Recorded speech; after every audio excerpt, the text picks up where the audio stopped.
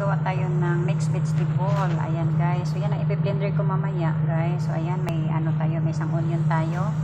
Ito yung kalabasa at saka yung zucchini. Ayan. At saka yung potato. Ayan. At saka carrots. Yan ang pinaghalo at saka celery. May celery din yan guys. Hindi na nakikita. Ayan. Ayan. So ating celery. Ayan.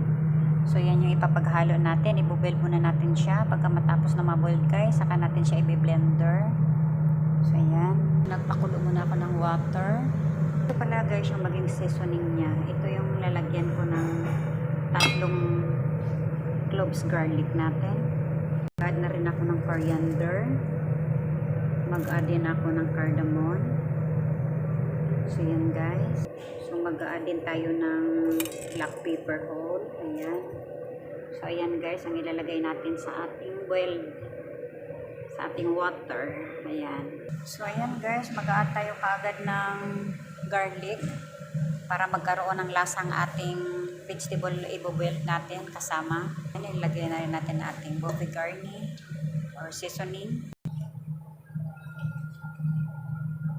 Guys, so hintayin mo lang kumulo bago mo ilagay ang ating ingredients. Ayan guys, kumulo na, i-add na natin ang ating vegetable guys.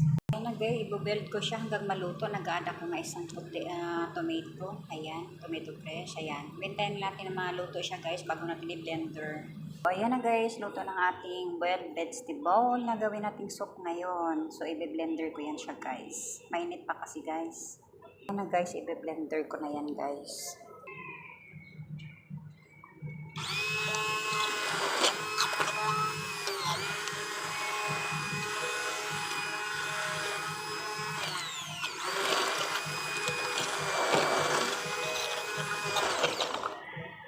Guys, biniblender ko na siya guys. Ibalik natin siya dito sa ating kaldero. Bago natin ibalik, salain muna natin siya para makinis yung ating sorba guys, ating soup. So ayan na guys, tapos na siya guys. So dapat yung sorba natin ganito siya, yung ating soup. Ayan, malapot siya konti. Huwag naman yung parang tubig siya. Ayan na yan guys. Ito na yung ginawa kong sorba guys. Salamat. Sana may matutunan kayo sa video ko. Maraming salamat. Paki-like and share and subscribe na rin. Maraming salamat. Bye-bye. Assalamualaikum.